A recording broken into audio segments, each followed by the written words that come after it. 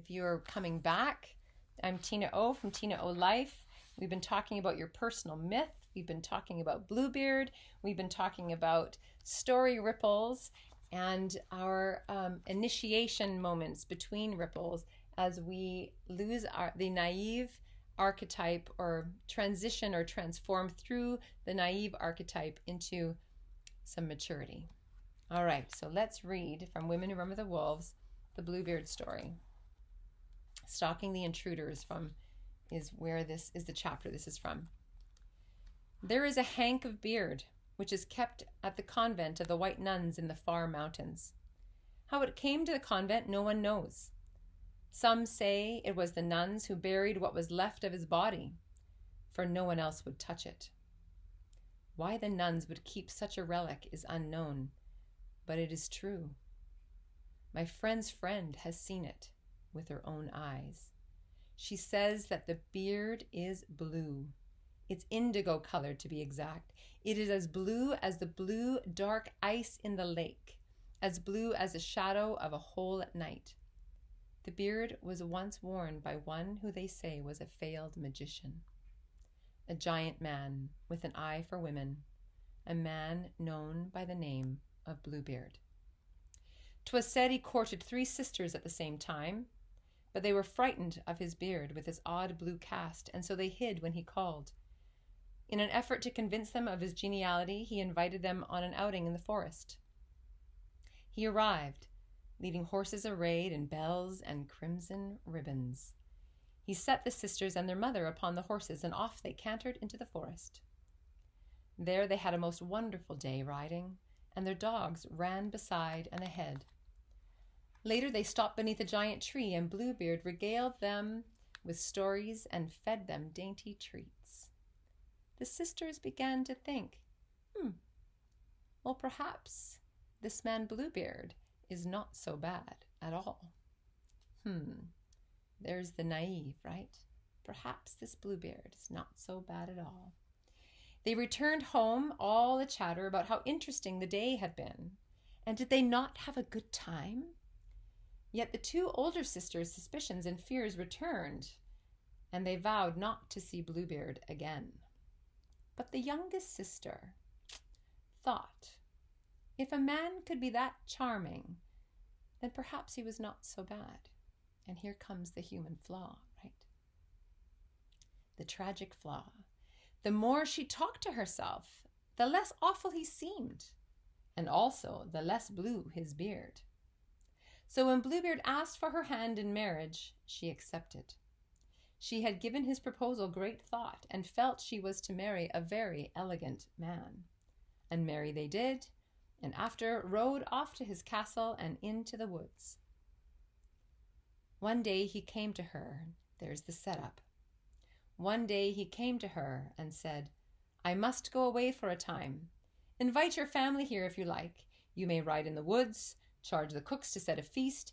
You may do anything you like. Anything your heart desires. In fact, here is my ring of keys. You may open any and every door to the storerooms, the money rooms, any door in the castle. But this little tiny key, the one with the scroll work on top, do not use. His bride replied, Yes, I will do as you ask. It all sounds very fine. So go, my dear husband, and do not have a worry, and come back soon. And so off he rode, and she stayed. Her sisters came to visit, and they were, as all souls are, very curious about what the master had said was to be done while he was away. And the young wife gaily told them. He said we may do anything we desire and enter any room we wish except one. But I don't know which one it is. I just have a key and I don't know which door it fits. So the sisters decided to make a game of finding which key fit which door. And the castle was 3 stories high with 100 doors in each wing. And as there were many keys on the ring, they crept from door to door, having an immensely good time and throwing open each door Behind one door were kitchen stores, behind another the money stores. All manner of holdings were behind the door, and everything seemed more wonderful all the time. At last, having seen all these marvels, they came finally to the cellar, and at the end of the corridor, a blank wall. They puzzled over the last key, the one with the little scroll work up on it. Maybe this key doesn't fit anything at all. As they said this, they heard an odd sound. They peeked around the corner, and lo and behold, there was a small door just closing. When they tried to open it again, it was firmly locked. One cried, "Sister, sister, bring your key. Surely this is the door for the mysterious little key." And without a thought, autopilot, right? Without a thought, one of the sisters put the key in the door and turned it. The lock scolded. The door swung open, but it was so dark inside they could not see. "Sister, sister, bring a candle." And so a candle was lit and held into the room, and all three women screamed at once. For in the room was a mire of blood, and the blackened bones of corpses were flung about, and skulls were stacked in corners like pyramids of apples.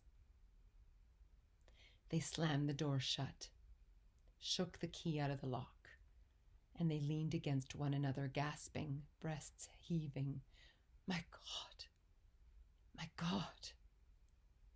The wife looked down at the key and saw it was stained with blood. Horrified, she used the skirt of her gown to wipe it clean, but the blood prevailed. "Oh no," she cried. Each sister took the tiny key in her hands and tried to make it as it once was, but the blood remained. The wife hid the tiny key in her pocket and ran to the cook's kitchen. When she arrived, her white dress was stained red from pocket to hem, for the key was slowly weeping drops of dark red blood. She ordered the cook, "Quick, give me some horsehair." She scoured the key, but it would not stop bleeding. Drop after drop of pure red blood issued from the tiny key. She took the key outdoors, and from the oven she pressed ashes onto it and scrubbed some more. Can you hear the run here? Can you hear the chase? The running from the truth, can you hear that? She held it to the heat to sear it. She laid cobweb over it to staunch the flow, but nothing could make the weeping blood subside. "Oh, what am I to do?" she cried. "I know. I'll put the little key away. I'll put it in the wardrobe. I'll close the door. This is a bad dream. All will be all right." And this she did do.